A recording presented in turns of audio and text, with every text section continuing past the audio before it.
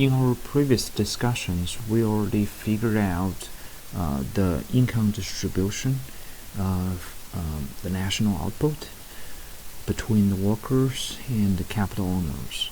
Okay? And once everybody figures out how much income he or she can make, then he will go to the market for goods and services and decide what to buy and how much to buy. So that's what we're gonna talk about in this section, the third section of this chapter. Okay?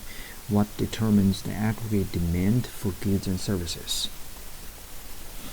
Now, before we talk about the aggregate demand, one thing we need to recall is the national income account identity, which you should learn in the introductory econ, or back in chapter 2.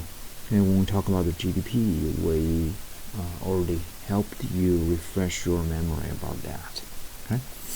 Now we said that there are two approaches through which we can figure out the national income or output.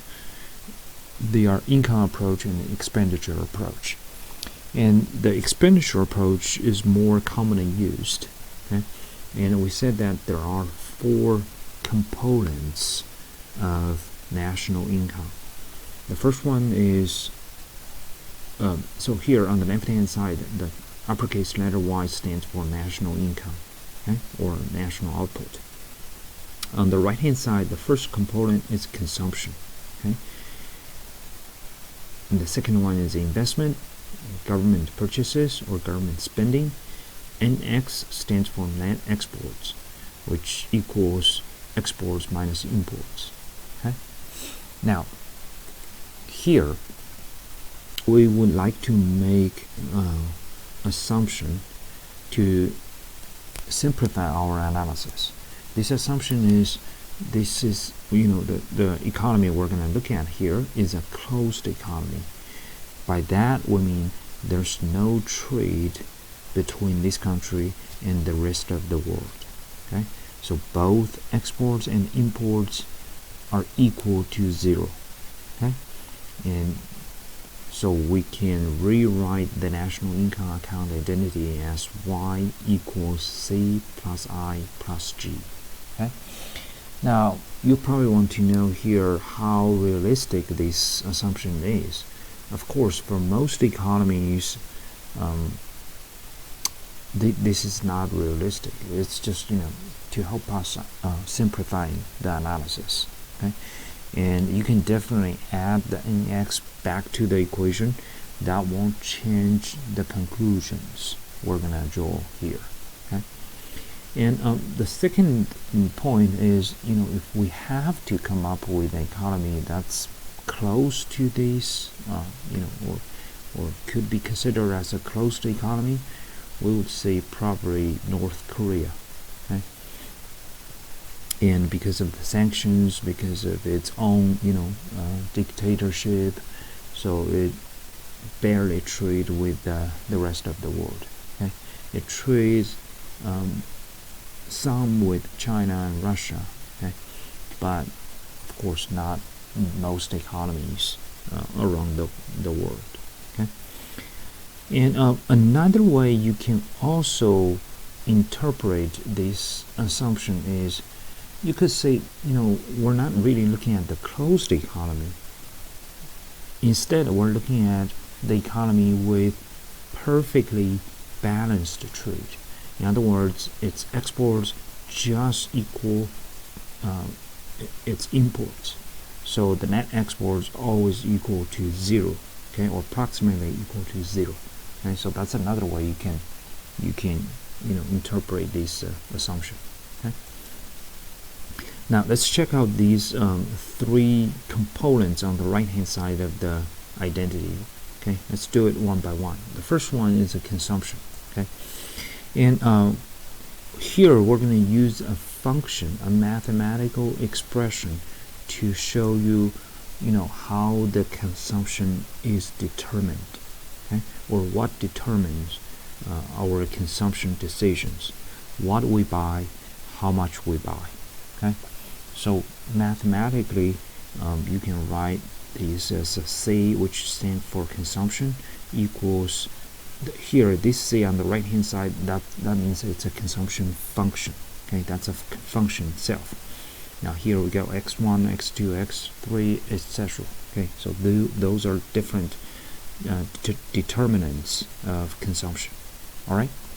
Now here I would like to leave this question for you guys to think about. What could be the determinants? In other words, what would affect our consumption decisions? Okay. Once again, I believe we should discuss these in the introductory level course. Okay. And if you do remember, you can just rely upon your common sense and figure out, what could be the determinants of consumption. Okay? During our virtual meeting, we will discuss these together. All right. Now, I guess one thing we can easily come up with as a determinant is income, right? How much we consume or spend depends upon how much we make. Okay. Now here, the economic term we're going to use is so-called disposable income. This is the income after the payment of all taxes. In other words, after tax income. Okay? We call this disposable income because, once we pay the taxes, then the remaining money, okay, every penny, we can decide, if we want to spend it or not, or on what goods or services we want to spend. Okay. All right, and here we have another very important concept when we look at the relationship between consumption and disposable income. Okay, this the concept is called marginal propensity to consume, MPC. Okay. This means the amount by which consumption changes when disposable income increases by $1. Okay. Now here, by staring at the title, okay, marginal means incremental, means small change, right?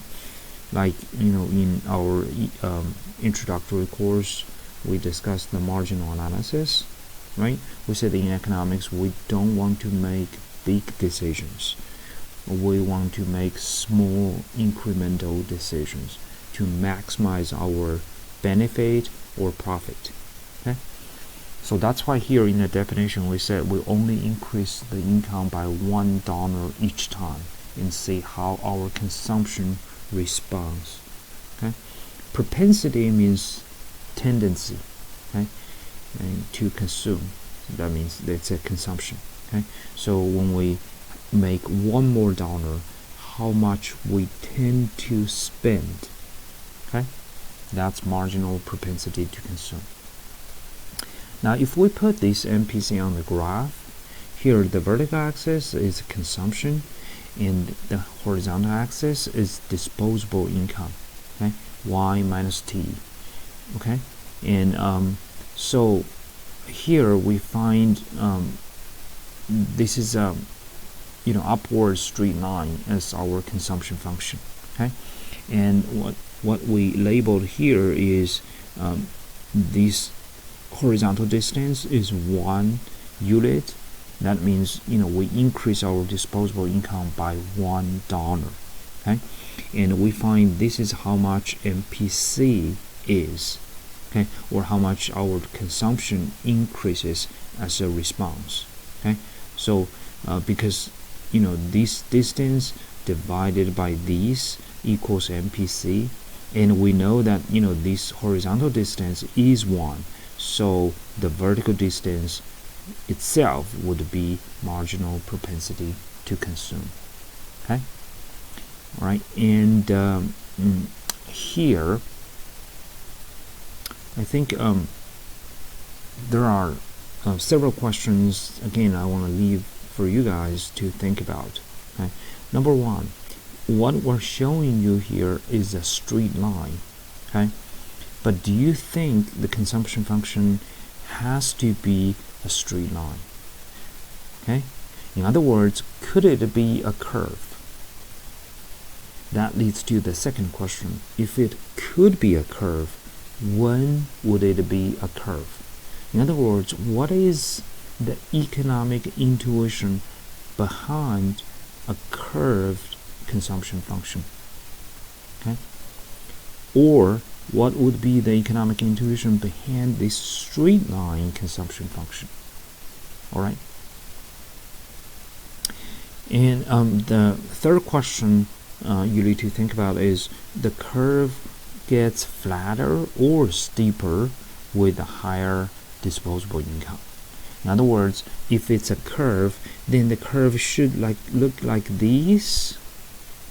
It gets flatter and flatter with a higher and higher disposable income, or you should go like this. Okay? In other words, when the disposable income is higher, then the consumption would increase much faster, okay, or disproportional. Okay, and then again, think about these, and I would also ask you to try the worksheet where you would find a numerical example, so you can, get the math, get the numbers you can play with, and see, if you would have more thoughts or insights from these mathematical derivation. Okay. All right. And so here we discussed the consumption, and then the next video we're going to continue talking about the investment and the government spending. Okay, and so that we would be able to wrap up our discussion about aggregate demand.